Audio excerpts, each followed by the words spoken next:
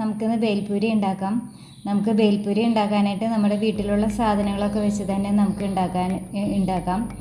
കുട്ടികൾക്കെല്ലാം ഇഷ്ടപ്പെടുന്നതാണ് ബേൽപൂരി. ഇവിടെ കുട്ടികൾക്കും നല്ല ബേൽപൂരി കഴിക്കാൻ നല്ല ഇഷ്ടമാണ്. അപ്പോൾ അവർക്ക് ഇഷ്ടമുള്ള സാധനങ്ങൾ ഉണ്ടാക്കി കൊടുക്കുമ്പോൾ നമുക്ക് നല്ല സന്തോഷമാണ്.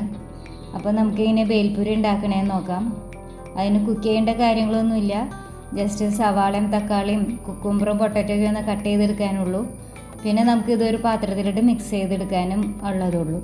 അപ്പം നമ്മുടെ വീട്ടിൽ തന്നെയുള്ള സാധനങ്ങൾ വെച്ച് നമുക്ക് ബേൽപൂരി ഉണ്ടാക്കിയാലോ.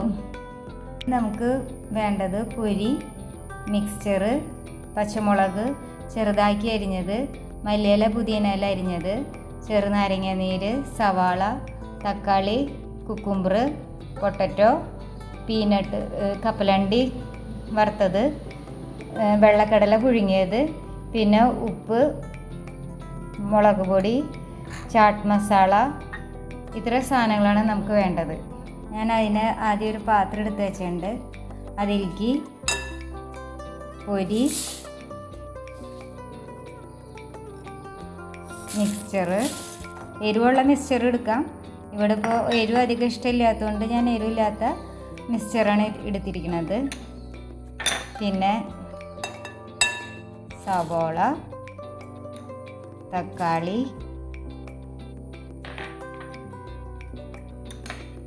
കുക്കുംബർ,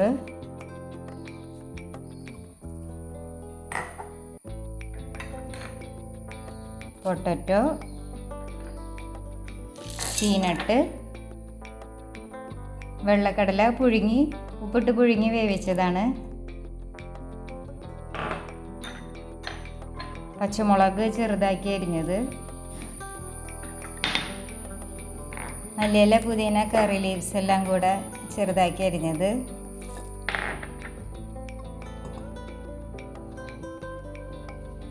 ഇനി ഉപ്പ്, മുളക് പൊടി, ചാട്ട് മസാല.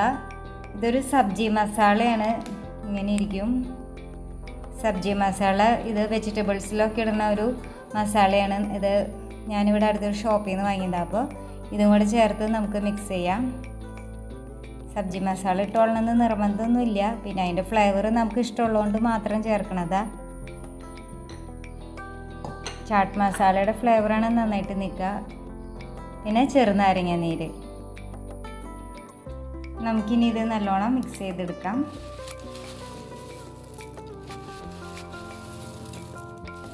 ഇതൊരു ഈവനിങ് സ്നാക്കായിട്ട് നമുക്ക് കുട്ടികൾ സ്കൂളിൽ നിന്ന് വരുമ്പോൾ കൊടുക്കാം.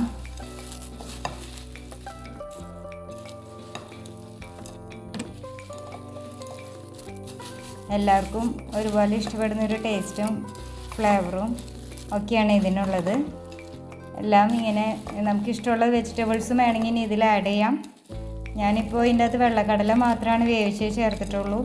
വേണമെങ്കിൽ സാധാ കടലയും വേവിച്ച് ചേർക്കാം. അപ്പോൾ ഇത്രയേ പാടുള്ളൂ. നമുക്ക് ഈസി ആയിട്ട് ഇത് മിക്സായി ഇനി പിള്ളേർക്ക് കൊടുക്കാവുന്നതേ ഉള്ളൂ. അപ്പോൾ നിങ്ങൾ ഇത് ട്രൈ ചെയ്യുക. ബൈ.